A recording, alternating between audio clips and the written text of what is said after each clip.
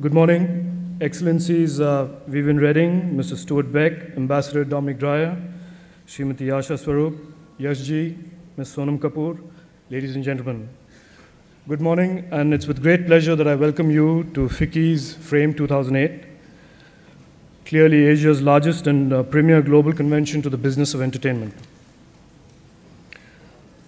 As some of you know, or maybe most of you know, this is the 9th year for Frames. And over these 9 years, Frames has grown tremendously from a small dream to becoming a brand in itself. And now Frames encompasses the entire gamut of the media and entertainment space. This has become a gathering of thought leaders and CEOs from entertainment industries all over the world. And I welcome you all.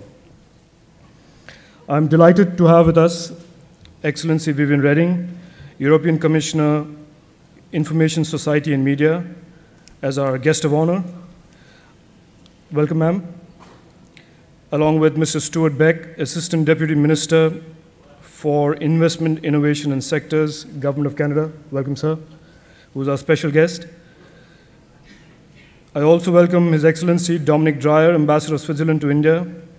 Switzerland is our partner country this year, and I'd like to especially welcome him. I also welcome Srimati Asha Swarup, Secretary, Government of India, Ministry of Information and Broadcasting. And from FICCI's point of view, we thank her for her constant support to the industry as a whole, FICCI and Frames in particular. I'm also pleased to welcome delegates who've already registered for Frames 2008. I'm informed that the delegates are from 17 countries this time: Australia, Canada, France, Germany, Greece, Hong Kong, Italy, Malaysia, Pakistan, South Africa, Thailand, the UAE, the UK, the USA, Korea, Switzerland, and New Zealand. Let me assure you that I'm confident you will gain significant value and partnerships from Frames, as is usually the case with all FICCI-hosted events, if I may say so a bit immodestly.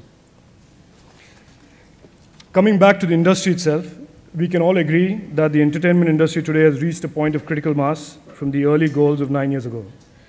FICCI, in particular, is proud to have been a catalyst in the development of the sector and the development of many, many successful entrepreneurs in this space. I believe very strongly, as do many of you, I'm sure, that this industry is poised to achieve the scale and size required to be global in terms of both its value and presence. According to the findings of the FICCI PwC report on Indian media and entertainment industry to be formally unveiled later today, the entertainment industry in India has recorded a growth of over 17% in 2007 over 2006. The Indian E&M industry size is estimated to be about 513 billion rupees, which in dollar terms, and depending on where you take the dollar, 13 billion in 2007, up from 11 billion in 2006.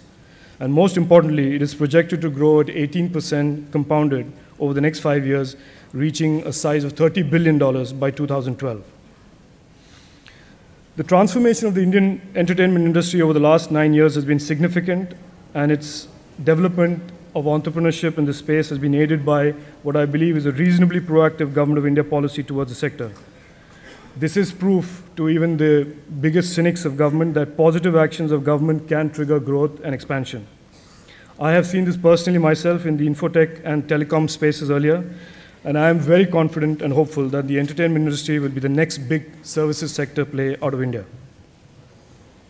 As most entrepreneurs gathered here and elsewhere know, that the biggest bridge to realizing a vision is capital. The entertainment industry for many years has depended on unstructured and often quite expensive sources of capital and financing. The good news now is the capital is no longer scarce to ideas and to entertainment entrepreneurs with ideas. Investments from both the domestic capital market and through foreign investments are funding and creating very well-capitalized ventures. There have been many significant deals this year, significant deals and investments this year, with investors ranging from the small retail domestic investor to domestic and foreign entertainment and media mutual funds to big names like Temasek, Astro, Walt Disney, NBC, all making moves into the Indian entertainment market.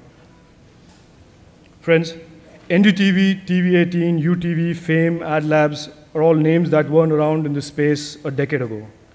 And they're all bringing into this space an energy and transformational presence, along with many of the older and more established names.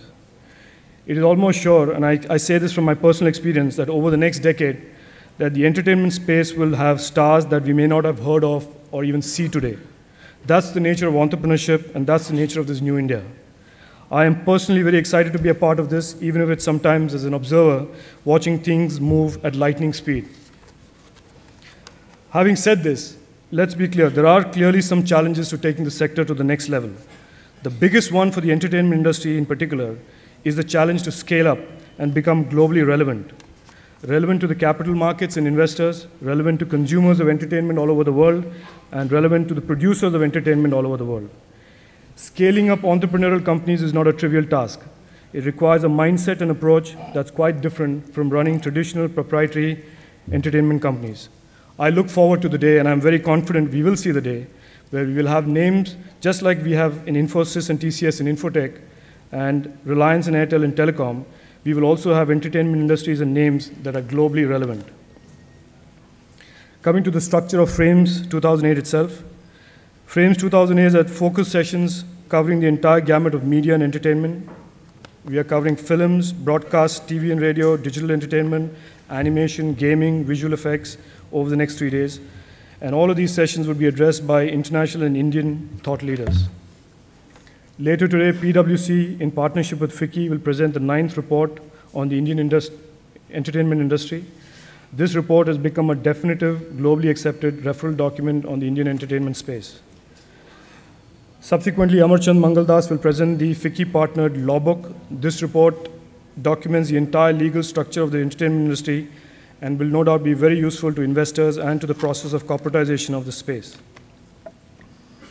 On the 27th, this is one thing that Amit is looking forward to. FICCI Frames 2008 will also honor the Kapoor and Sridevi with the FICCI Frames Living Legend Entertainment Awards for their extraordinary contribution to Indian cinema.